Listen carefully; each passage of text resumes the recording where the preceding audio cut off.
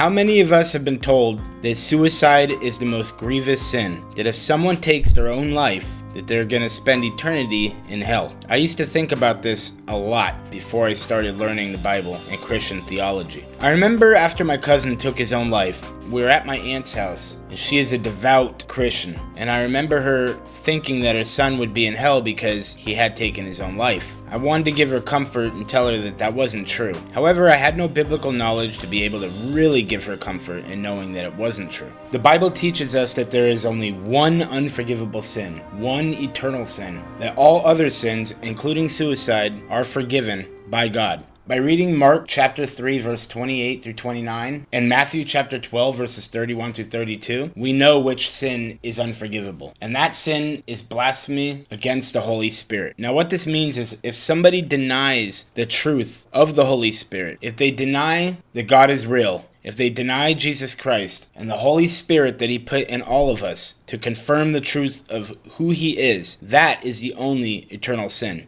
Because it's separating you from God. And God would never force anyone to be with Him for eternity knowing that's not what you wanted in life. That is not love. So to deny the Holy Spirit is to deny God in everything the gospel teaches. I'm going to show you guys a few examples of what it means to blaspheme against the Holy Spirit. Your eyes for me. I baptize you in the name of Satan. Hail Satan. Hail Satan. Thank you.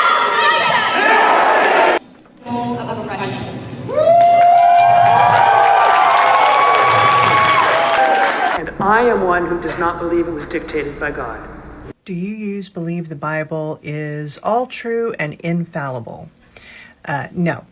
In Mark chapter 3, Jesus says, "Truly I say to you, all sins will be forgiven the sons and daughters of men, and whatever blasphemies they commit. But whoever blasphemes against the Holy Spirit never has forgiveness, but is guilty of an eternal sin." In Matthew, we read, "Therefore I say to you, every sin and blasphemy shall be forgiven people, but blasphemy against the Spirit shall not be forgiven. And whoever speaks a word against the Son of Man, it shall be forgiven him. But whoever speaks against the Holy Spirit, it shall not be forgiven him, either in this age or in the age to come." So we know from the Bible and from Jesus Christ's words that the only unforgivable sin is blasphemy against the Holy Spirit, denying the Holy Spirit. Suicide is not one of the sins that are unforgivable. There is only one, and we just read that.